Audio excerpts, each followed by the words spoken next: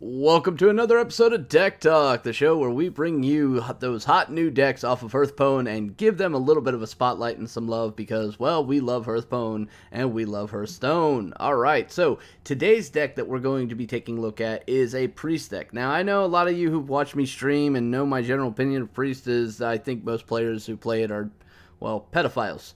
However, with Knights of the Frozen Throne, my disdain for the Priest class has hit new highs and hit new lows, and I found a better understanding of the decks that I actually think are pretty damn cool. In the beginning, we had some cool stuff involving the new Death Knight Anduin, and possibly some Kazaka shenanigans, and then just a stream of get fucked blasts to your face that, if you sequence it right, can pretty much just spell doom for anybody. But later on, we've started seeing a new development in this design process, and the deck that we're going to talk about is one of the big ones that's actually leading this push, and it is the Easy Big Easy Priest by, and I'm going to get the name right here, so give me a second here, by Old Darius. Yes, Old Darius. He is a EU player, and apparently he made top 50 legend with this deck. Alright, so let's take a look at the deck. Well, the deck starts out with, wait a minute, there's no Northshire Cleric. Yes, I know, I about shit a brick when I saw that too. There's absolutely no Northshire Cleric. It's been a long time since I've seen a Priest deck that did not have Northshire Cleric. Hell, even my aggro variant of Priest way back in the day had Northshire Cleric. But I digress. Alright, so no Northshire Cleric, that's kind of problematic. For those people who normally design things. But you know what? You don't need it in this deck. Alright? You really, really don't. Alright, so here is the deck. You're running one Silence because, you know, fuck you, Lich King, or any other thing that might cause you a little bit of problem. We've got the Holy Smite here. Again, kind of a throw-in card. This kind of feels like it was put in there in case somebody wanted to mess around with, say, using... Oh, I can't even think of the card right now. Hold on. There we go. Lyra of the Sun Shard, you know, that kind of feels like a holdover there. But I have found it is actually pretty helpful, especially when you get on that back end and you have your Shadow Reaper Anduin in play, being able to cycle using that, your hero power, and then just basically controlling the board tempo style. I have found that it works pretty damn good for that. We've got Pint-Sized Potion, and this is probably one of several undervalued, underappreciated Priest cards. When I saw this card, I was like, dude, this basically means you could use any one of your, you know, stat specific spells pretty damn good. Like, oh, all of a sudden those 4-drop or those 4-attack minions now fall into Shadow Word Pain range, and they also fall into the range of another spell later on that's actually pretty fucking brilliant in combination with it. But moving on, we got Potion of Madness because fuck you, Alley Cat, and fuck you, Kindly Grandmother, and a ton of other things. This card is just amazing for dealing with a lot of stupid shit. So we love this card. Shadow Vision because sometimes you need 2 or 4 copies of a damn spell. True fucking fact. This card is pretty damn amazing for fetching what you need on demand right then and there. It doesn't always work that way, sad to say, but when it does work, it's just awesome. Shadow Word Pain because, you know, kill things. Shadow Word Death because, well, kill big things. Barnes. Now here's one of the key cards in the deck. You'll notice that there's not that many minions in the deck for a very specific reason by the way the deck actually works. So Barnes is in here basically to pull some of this big hotness out early. Now, ideally, you want to get Barnes in your opening hand or by turn 4, because this makes your life 10 times easier. You want to play down Barnes, boom, and you're going to want to hope for something like Ysera, Yasarj Unbound, the Lich King, just to kind of get them in play. Even the Obsidian Statue is a really good card to get. So getting any of those out on the board just for even like 1 second is amazing. And here's why. Immediately after Barnes comes down, the next turn you really want to get Eternal Servitude. So like the ideal play is coin out Barnes on 3 if you've got the coin, play Eternal Servitude on 4. Now it doesn't always work out that way, but it can. Now if you get like a Sarah on turn 4, shit. Like even even the OP-ness of fucking Druids in there, I'm going to super ramp out a big minion, has a little bit of a problem doing that. I mean, they'd have to go, let's see, they'd have to coin out their wild growth, boom, alright, so that puts them at 3 on 2, then they'd have to hit another wild growth or the other, what is it, the Jade Blossom, and so that would put them at 5 on 3, and then, only then, could they pull that kind of shenanigan off, alright? And that's a really difficult thing to get going here. Here, we just need one card, and, you know, a little RNG luck on our side, and then, you know, again, a little bit more RNG luck on our side in terms of having the Eternal Servitude. From practice, I have found that this is 10 times easier to pull off than any double innervate plays for Druid, okay? Now, one of the other really good cards you could get with Barnes is obviously Yasarj Unbound, because it'll come down, boom, it's going to summon something right in. Now, little note, guys, Yasarj summoning in, say, Ysera or the Lich King will not activate their effects right away. Okay, you'll have to wait till the end of your next turn, considering the summoning happens at the end of turn, and then that's, boom, end of turn. You don't get an end of turn phase for those cards. Keep that in mind. All right, moving on. We already talked about the Eternal Servitude, and this card is just ungodly in Priest. We got Greater Healing Potion, because sometimes you're going to fall behind, and you need to kind of buy yourself some more time to get shit going. Mass Dispel, because there's a lot of token buffing decks still out there, Druid being one of them. A lot of heavy taunt decks that are just buffing off that. And there's a myriad of reasons why Mass Dispel is good, not to mention the fact it's pretty much the only card draw you got in the deck, so yay. Alright, so Shadow Word Horror. Remember when I was talking about the pint-sized potion? Yeah, boy. This combination was sick back when me and Noxious were fucking around with it, and it's still sick today. I think it's probably one of the most underappreciated combinations. It's literally 5 mana, and it'll wipe most of the board. It's arguably one of the Priest's strongest combos that currently exists in this game for this meta. Mind you, Dragonfire Potion's still really good too. Oh yeah, and we have 2 of those as well. Alright, moving on, we got Shadow Essence. Now, there's going to be a lot of games where you're going to kind of choke on getting the Barnes, okay? If you don't get the Barnes, then the next thing you want to try to get to is the Shadow Essence, and you want to get this out on turn 6. If you got coin, you want to get it out on turn 5. And again, the whole scenario with Eternal Servitude really does play quite important here. Alright, getting a 5/5 copy, even if it is the Obsidian Statue, that's freaking amazing. That could actually lead to 10 health right there, and probably killing at 2 to 3 minions. Or it could lead to a Yasarj coming down as a 5/5 and summoning in the regular copy of Yasarj as a 10/10, or even the Lich King, or any of the other big-ass minions you have in this deck. It's quite spectacularly awesome. So yeah, I love this card. Free from Amber, because sometimes you need something externally strange and weird coming out on 8, and your opponents might have to do a reactionary gut check to kill it, and then playing, say, Eternal Servitude immediately afterwards and bringing it back after they just wasted their big removal on it, puts them in a really bad situation. However, most of the time, it's just another big-ass minion that's just going to piss off your opponents, so go for it. Shadow Reaper Anduin. So, you know, one of the biggest problems that exists right now is like the Jade decks and how they get really nasty. Well, yeah, this is definitely going to play into that.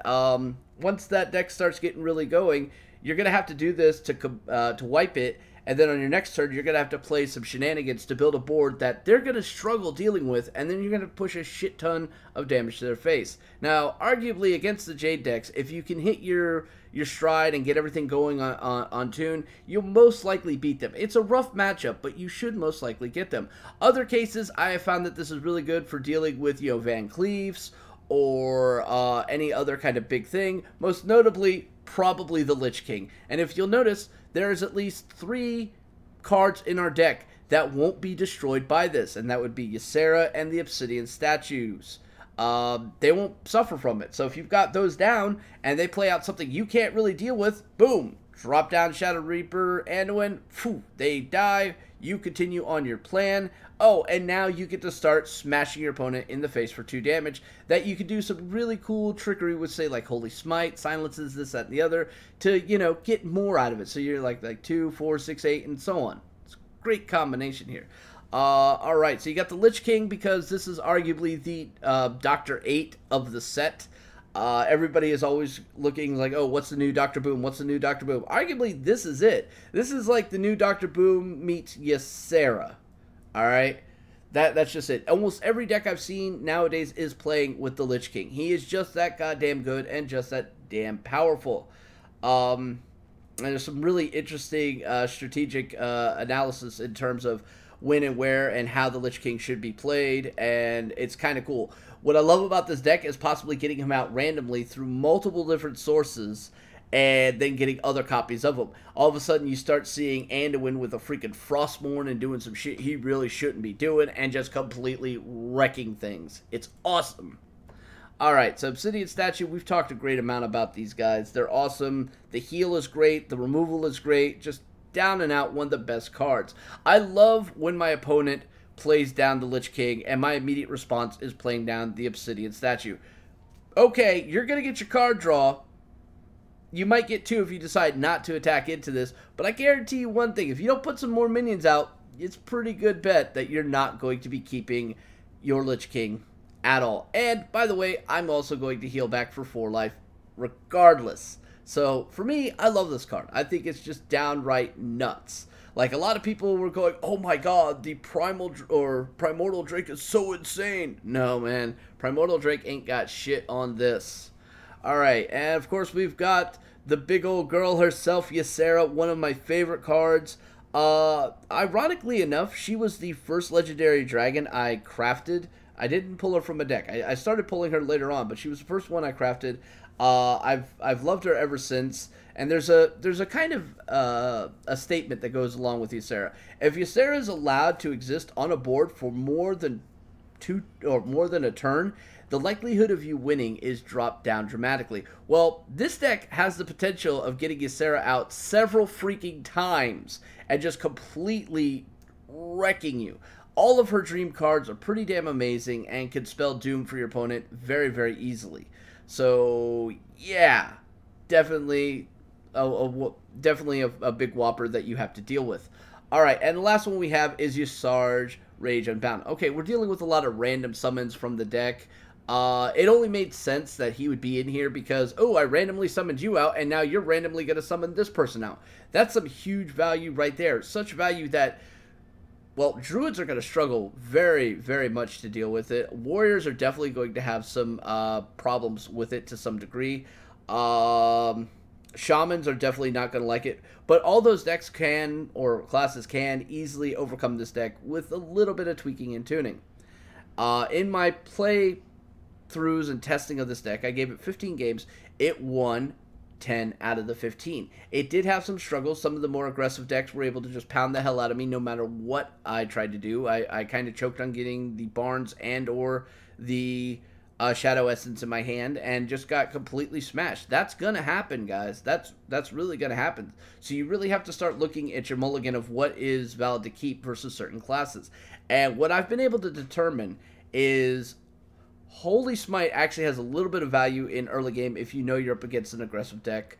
Definitely Potion of Madness is pretty much an instant against any of the known aggro classes, specifically Hunter. And Warrior too, because Pirate Warrior still exists. Shadow Word Pain, definitely one to keep in there. Barnes is 100% a keep. And if you get Barnes, then keeping Eternal Servitude is a definite keep. Shadow Essence is one you may consider keeping if you didn't get the Barnes. I know that seems like a really wonky thing saying keep the 6-drop, but trust me guys, it is that damn powerful and can save your ass. Greater Healing, also one you may want to consider keeping because you're going to need a life reset if you're kind of drawing shit. So this will definitely buy you time to get to your end game. Other ones that I would also possibly consider keeping is Shadow Word Horror. Just because all the token decks and spam decks out there, this is an amazing card. It just shuts them right down. Now, we've talked about the deck. We've talked about, you know, the mulligan strategies and things of that nature and why I think this deck is amazing. But you know what? Nope, nobody wants to hear me talk and you know, sing the praises of this deck. Let's go watch some video of it. Now, unlike previous episodes, we're actually going to do 2 videos here because, well, they happen so damn fast. It was just that amazing. So let's get to it. Alright, so the first deck we're going to be seeing is a Druid deck. Now, this is not a Jade Druid deck. It is actually one of the more recent decks that's been coming out there. Token Buff Taunt deck. I don't even know the name of it or who really created it. Just I've been seeing it all over the NA meta recently. I think somebody actually got to Legend with it, completely denying all the aggressive decks and really just kind of pissing everybody off. The idea behind the deck is you get a good board going, you get it buffed up to where they're going to be really hard to deal with, and then you do the Savage Roar to the face and just completely Shrek the fuck out of somebody. It's not really a new strategy, it's been done before. Alright, so our first couple turns, we're drawing blank here. We didn't get the Barnes, we're hoping to get it on 4, we're hoping to get a lot of things here, but it's looking a little weak. It's looking a little weak, guys. Now, here comes this big whopper here, and I'm thinking, alright, what's it going to be? And I see Mire Keeper, I'm like, wow, I haven't seen you in a while, what could this be? And he goes for the ramp, which felt, like, really shitty to me. It felt like a very bad play. I think I would have gone for the 2/2 minion instead. That way I could have pushed 5 damage this turn and, you know, push my agenda. And then grow it as I'm going. But instead, he went for the ramp, and I think that was a huge misplay. Alright, so he's pushing 4 damage here, and again, I'm in a bad spot. No Barnes. It's really kind of tragic. But, oh, lo and behold, the top decks are real, ladies and gentlemen. And here comes out the Barnes. And what do we get? Oh, hey, how about a Ysera? I'll take a Ysera. Now, seeing a Ysera on the board, again, remember, you can't allow Ysera to exist for any amount of time on the board. So he's going to go ahead. Nope, this fucker's done. No, fuck you. Now, he takes that out, and he's got enough mana to clear the board, but he'll end up not having anything on his board to contest what is going to come next. And as you can see, we have the Eternal Servitude in our hand. We are ready for this. We are ready for this. This is the most optimum time to do this. I mean, we are leaving 1 mana floating, but I don't really think that's a big deal, considering we just dropped a 9-drop for 4 mana. Let's go, boys. Let's go. Now, a turn 5 4-drop is not the easiest thing to do. Yes, technically Druids can get away from it, but that's a lot of, you know, Magical Fairy Christmas land. It's just not going to happen. Alright, so here he goes for the Nourish. A blank turn against Ysera. That is horrible. Alright, so we play the Laughing Sister. We're going to go ahead, heal her face, and Ysera's going to smack the Druid in the face. Which, in reality of Hearthstone that, or World of Warcraft, that would never happen. Alright, so boom, we start pulling in dragons to our hand, which is going to be really good if we ever get to that point. Alright, so now the board is getting a little sketchy. He goes with the Spreading Plague, and I kind of saw this coming. And then here comes the I buff my taunts. Now that's a really scary thing. He's going to coin out and buff them some more. So now we're dealing with a bunch of 4/8s and a 3/4. Whatever will we do? Hey, remember when I was talking about Pint-Sized Potion being awesome? Well, here you go, ladies and gentlemen. Rip your board. And we go back up to full health while pushing 7 damage to the face. We are laying out a very dominant board. We're preventing him from getting any significant advantage that would allow him to smork our face. And we're just taking it to him. Ysera's just putting in that work. Now, here comes the Ultimate Infestation. And I'm going, wow. Ultimate Infestation in a token deck. Sure, why not? Anything's possible. So, the 5/5 is there. And I'm looking at my hand. And we've got ways of dealing with it. But then, we see this. And I decide, you know what? Let's go for it.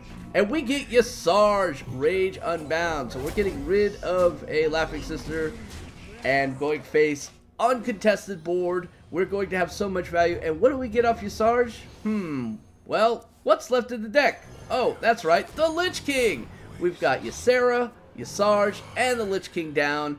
That is trifecta no matter how you try to look at it. And we're only at 8 mana, ladies and gentlemen. Only at 8 mana. Now, if he kills any of them, we can easily go search for an Eternal Servitude and bring it back. So here he goes. He's trying to build yet another board. And I'm sitting here going, okay, I guess this is a delaying tactic. I don't see how you win from this point. And apparently, he's going to just keep going. And it's like, wow, he's going all out here. Now, that right there made absolutely no sense. Going for the living mana at the back end, that made no sense. Absolutely none. But he decides, yeah, no, we're not winning. Concede, I'm out. Truth be told, we really didn't have a very good way of getting through all that crap to go for the victory. But he was in a very bad situation that he was not going to recover from. And I think he recognized that. Alright, moving on to the second game. Now, this is going to be a more common matchup that you're going to experience. And in my testing, I would say this is a 50-50 matchup, and it could go either way. A lot of times, you're going to lose this matchup, ladies and gentlemen. It's just kind of a pain in the ass. And the matchup is Smork! No fucking shit. Alright, so I love Hunter, but I really hate the fact that everybody plays it as a Smork deck. Alright, so our hand is looking like butt. None of this I want to keep. I thought about the pint-sized potion just for some shenanigans, but no, not really. We're kind of hoping for a few specific things, and we got dicked. We got seriously dicked. And I'm thinking, alright, all we got to do is get Barnes on 4. We're good. We got this. Alright, so there's a pint-sized potion. We got the nice combo set up if we need to use it. We got a silence in hand in case we need to use it. Now, here comes the standardized play that I see a lot of hunters doing. They just want to go for that instant, 4 damage. It kind of screws with them. Oh, that's right. I'm a priest. We can't do that. So, we're going to mitigate somewhat, 4 is better than 7, right? Now, we could have silenced that too and then mitigated even more. But now I'm thinking, alright, if I could just get 1 card, we are set. We're ready to go. And did not get it, and I'm debating with myself. And the debate was, alright, so 4 versus 7 yet again. I would much rather take 4 than 7. So, like, recurring theme here, guys. And I want to see what he's going to do. He just goes with the hero power, which tells me everything else in his hand is a little bit higher value. And he's just wanting to push this damage. Alright, so I'm deciding, alright, we're going to wipe his board, and we're going to reduce the damage down only by 1, but we're wiping the board, which kind of limits some options that he could possibly get. Like, if he went Animal Companion, and he got Leok, that would have been 4 plus 6, so 10 more damage right there. Alright, so here comes the Rat Pack. Very interesting choice. We're in a really bad spot. I decide to go with the Shadow Embrace, and I'm thinking, alright, if I could just live 1 more turn, we might be able to pull out of this. All I need is 1 card. Now, he goes for a very interesting choice, which I'm like, okay, you're a Smork deck. Why the hell do you have Nesting Rock? You know what? I'm not going to argue it. So here's 5 more to the face. We're down to 10 life, and we're just going to rip this right now. Boom. Oh, we get some salvation. So he's going to trade into this. That's going to heal me back 10. And if he trades both of his minions in, it's very likely that it's a 1 in 3 to kill the rock, in theory. However, as you see, the odds were even more stacked against it because he had the Eagle Horn Bow, and he's like, alright, we got this. So he goes for the steady shot, boom, drops me down to 8.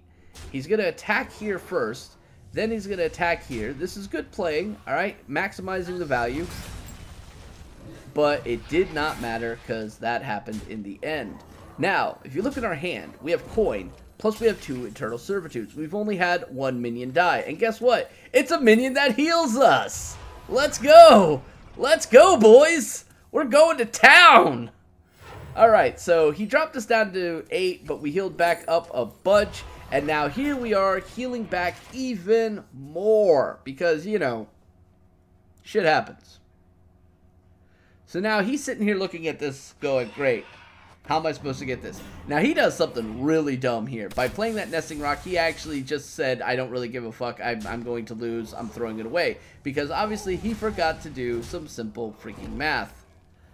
So as he trades these two in, he inevitably kills his own rock. Poof. Now, I have a completely uncontested board. It is now 8 mana. So we're going to go with the Amber, and we go with the Faceless Behemoth because it is the biggest minion. It's 10-10, bam. We're just letting them know, look, it's game for you. We're back up to full health. We were at 1.8 life. Now here we are up to full in a matter of minutes. Now here comes the Hunter's Mark. This is a card that's actually been coming back into favor for Hunters recently because of things like the Lich King. People are like, no, fuck that shit. We're done. Now I'm looking at Ysera, and I really want to play Ysera here. But I want to see what my top deck is. It might be something better, and we kind of want to hold off on that. The only card that I would really... there's two cards I'd really like to see right now, one of which is Lich King, and the other one is the Shadow Essence. And I was like, yo, alright, let's go. And we get Ysarge Unbound. We're going to heal our face. Boom. We're going to attack face. And there's only one minion he could possibly pull right now, and that is... actually two. Ysarge Unbound. The other minion he could have possibly pulled was the Barnes. That was a real possibility. So it was like a 50-50 there, and we kind of nailed it. Actually, Barnes, Ysarge, and the Lich King were the only possibilities. So it's really a 33% chance. And we nailed it pretty good getting the second Ysarge. And he just says, nope, I am done. We're out. Dunskies. So yeah, that's the deck. That's how it plays through. It's really fun. A lot of people have a very huge amount of difficulty playing against it. Truth be told, getting multiple instances of Ysera arguably is probably the best thing you could do. You've got many mass removal tools available to you. You got some pretty decent healing available in the late game, mid game, and pretty much any time you can get out a Obsidian statue, to be perfectly honest with you. So the deck has some staying power. It's got all the removal tools you need, and inevitably, it's just going to piss your opponent off. And at the end of the day, that's what every Priest deck should do. Piss your opponents off. Alright, so as per usual, there's going to be down in the description not only a link to the deck on Hearthstone with the guide and all that other fun stuff, which I highly recommend you go check that out and give an upvote for this deck. I know the creator would greatly appreciate it, but also the deck string is going to be down there as well, so you can get to crafting this deck right away and having some fun. Anyway, till next time, this is Shiv saying stay safe, have fun, may RNGs bless you, and I am out of here.